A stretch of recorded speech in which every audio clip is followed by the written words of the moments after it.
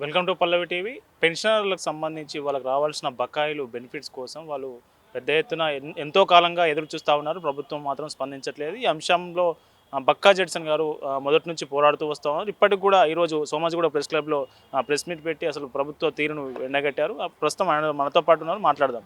Sir, ఏంటి sir ఈ పెన్షనర్ల issue? ఎందుకు గవర్నమెంట్ సార్ట్అవుట్ చేస్తలేదు? ఒక గవర్నమెంట్ దగ్గర డబ్బులు లేకనా? ఈరోజు ఇది తెలంగాణ ఆదాయం. ఆ, తెలంగాణ ఆదాయము ప్రతి నెల 30,000 కోట్ల రూపాయలు మనం మిగులుతాయి. అర్థమైందా? అయితే ఇందులో వీళ్ళు ఏం చేస్తున్నారంటే 30,000 కోట్ల రూపాయలు కంపల్సరీ ఎక్స్పెండిచర్లా ఉన్నట్టు, అంటే కమిటెడ్ ఎక్స్పెండిచర్లో ఫస్ట్ ఇవ్వాల్సిన పైసలు 30,000 కోట్ల జీతాలు ఇవ్వాలి, ఆ, రిటైర్మెంట్ పైసలు ఇవ్వాలి, పిఆర్సీలు ఇవ్వాలి. మరి పైసలు డైవర్ట్ అవుతుంది. దేనికోసం డైవర్ట్ అవుతున్నాయి, ఎటు డైవర్ట్ చేస్తే ఎందుకు ఇస్తలేరు అని అంటే కమిటెడ్ వెంట దీన్ని చంద్రబాబు నాయుడు మరియు రేవంత్ రెడ్డి ఇద్దరు కలిసి ఓటుకు నోట్ల ఇద్దరు దొంగలు, వాళ్ళిద్దరు కలిసి దీన్ని కేంద్ర పాలిత ప్రాంతంగా ప్రకటించాలని చెప్పేసి వీళ్ళిద్దరు కుట్ర చేస్తున్నారు. రేపటి దినాన కేంద్రంలో అరే ఇక్కడ పైసలు ఇవ్వలేని పరిస్థితి ఉంటుంది, జీతాలు ఇవ్వలేని పరిస్థితి తెలంగాణ ఉన్నది, కాబట్టి దీన్ని కేంద్ర పాలిత ప్రాంతంగా చేయాలి అనే ఆలోచన వాళ్ళకి తీసుకురావాలని చెప్పి చంద్రబాబు నాయుడు కుట్ర చేస్తున్నాడు. దాంట్లో కుట్రలో ఎందుకంటే ఆయన 10 సంవత్సరాలు నాకు ఇక్కడ అవకాశం ఉండగా 10 ఇయర్స్ నాకు హైదరాబాద్లో క్యాపిటల్ సిటీ ఉన్నప్పటికీ ఓటుకు దొంగల ముందు పెట్టి నన్ను ఇక్కడికి వెళ్ళగొట్టింది కాబట్టి ఆ అక్కస్సు కడుపులో పెట్టుకొని ఈరోజు ఆయన పగబడుతున్నాడు. ఇంకోటి, కాంగ్రెస్ ఎమ్మెల్యేలు మంత్రులు కూడా ఈరోజు మనకు లాభాలు వస్తాయి మరి ఎందుకు తీస్తలేని చెప్పి వాళ్ళు కూడా చెప్పలేని పరిస్థితి. ఈరోజు వాళ్ళందరూ కూడా ఈరోజు రాజీనామా చేయాలి. ఇది ఒకవేళ మనం దీన్ని ఫైనాన్షియల్ ఎమర్జెన్సీగా రేపు ప్రకటించే ప్రమాదం ఉన్నది రేపు. కాబట్టి మనం అందరం ముందు వీళ్ళ జీతాలు ఇద్దాము, లేకుంటే మేము రాజీనామా చేస్తాము, వాళ్ళ జీతాలు వాళ్ళకి ఇవ్వాలి, వాళ్ళ రిటైర్మెంట్ బెనిఫిట్స్ వాళ్ళకి ఇవ్వాలి. ఈరోజు డిఏలు ఈరోజు బీజేపీ ప్రాంతాలు అన్ని రాష్ట్రాల్లో కూడా పీఆర్సీ 50% ఇచ్చింది. మరి ఇక్కడ ఎందుకు ఇస్తలేరు? ఈరోజు దేనికోసం ఇస్తలేరు? దీని గురించి మేము మేము మేము ఇవ్వగలుగుతామని చెప్పేసి కేంద్ర మంత్రులు కూడా వచ్చి మాట్లాడితే బాగుండేది కదా.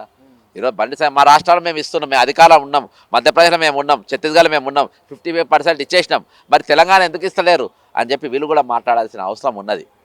అది మన మొన్న రీసెంట్గా ఇందిరాపార్క్ దగ్గర ధర్నా పెట్టిన క్రమంలో కూడా బీజేపీ నాయకులందరూ ఉద్యోగులకు పెన్షనర్లకు రావాల్సిన బకాయిల మీద ప్రభుత్వాన్ని క్వశ్చన్ చేశారు కదా. వాళ్ళు అడిగిండ్రు, మా అధికారంలో ఉన్న రాష్ట్రం మేము ఇస్తున్నాము, ఇక్కడ ఇస్తలేరు, రేపటి దినాన్ని ఈరోజు ఇంత ఆదాయం ఉన్నది అని చెప్పి వాళ్ళు కూడా అడుగుతున్నారు. కానీ ఇంకా జర గట్టిగా అడిగితే బాగుంటుంది. ఈరోజు చంద్రబాబు నాయుడు హైదరాబాద్ మీద కన్నేసిండు.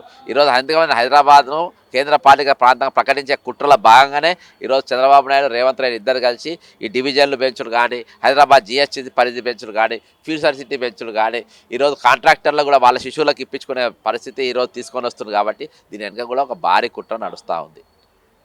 మనకు రాష్ట్రంలో చూస్తే తాజాగా 3 అంశాల మీద బాగా చర్చ జరుగుతుంది. ఒకటి హిల్ 2 పాలసీ, ఒకటి సమ్మిట్, ఒకటి గ్లోబల్ సమ్మిట్, ఒకటి తాజాగా మెస్సీ వర్సెస్ రేవంత్ రెడ్డి ఆడిన ఒక ఫుట్బాల్ మ్యాచ్, దానికోసం ప్రజాధనాన్ని దుర్వినియోగం చేశారనే ఆరోపణలు కూడా పెద్ద ఎత్తున వస్తున్నాయి. దీని మీద మీరు స్పందించినట్లు లేదు ఇక్కడ. రేవంత్ రెడ్డి కొడుకులు, ఆయన దగ్గర కూడా బౌన్సర్లు, వాళ్ళందరూ కూడా ఈరోజు అది ఆడినరు. ఇలా ఆయనతో కాదు, తెలంగాణ ప్రజలతో ఆడుతున్నారు, రిటైర్ ఉద్యోగులతో ఆడుతున్నారు, నిరుద్యోగులతో ఆడుతున్నారు. ఉద్యోగులకు పిఆర్సీలు లేవు, ఉద్యోగులకు అన్ని రాష్ట్రాల్లో పిఆర్సీలు ఇచ్చింది, ఇక్కడ పిఆర్సీలు లేవు. 6 డిఏలు బాకీ, డిఏలు లేవు. పోలీసు వాళ్ళకి ఆరోగ్య భద్రత లేదు. ఈరోజు యశోద పోతే పోలీసు వాళ్ళు ట్రీట్మెంట్ ఇయ్యారు, అపోలో పోతే ట్రీట్మెంట్ ఇయ్యారు. మళ్ళీ వాళ్ళ జీతాలకి వెళ్ళి ప్రతి నెల పైసలు కట్ చేసుకుంటారు ఆరోగ్య భద్రత కింద.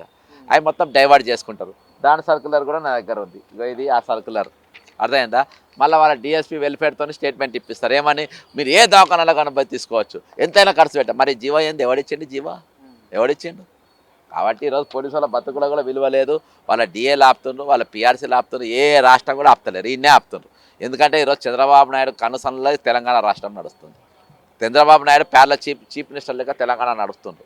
ఈరోజు బనకచెల్ల కానీ అడ్డం పెట్టి ఆయన పెట్టడానికి ఏంటంటే రేపు ఆయన పెత్తనమిక నడవాలనేది కుట్ర. సర్పంచ్ ఎన్నికల్లో పెద్ద ఎత్తున కాంగ్రెస్కు మద్దతు వస్తూ ఉంది. కాంగ్రెస్ బలపరిచిన నాయకులు గెలుస్తూ ఉన్నారు. ఇక మాకు తిరిగే లేదు అన్నట్లుగా రాష్ట్ర ప్రభుత్వం కొంత జోష్లో కనిపిస్తుందిగా. బ్రదర్, రూలింగ్ గవర్నమెంట్ పోయినసారి బీఆర్ఎస్ ఉన్నప్పుడు బీఆర్ఎస్ కూడా వాళ్ళు 90% గెలిచింది. మరి సర్పంచ్లు అంటే వచ్చిందా? అట్లుండదు. ఎప్పుడైనా రూలింగ్ గవర్నమెంట్కు ఫేవర్గా గ్రామ పంచాయతీ లోకల్ బాడీ ఎలక్షన్స్ ఉంటాయి. రేపు జడ్పీసీసీలో కూడా అదే ఉంటుంది. కార్పొరేట్ ఎందుకంటే వాళ్ళ గ్రామాలలో డెవలప్మెంట్ కావాలి.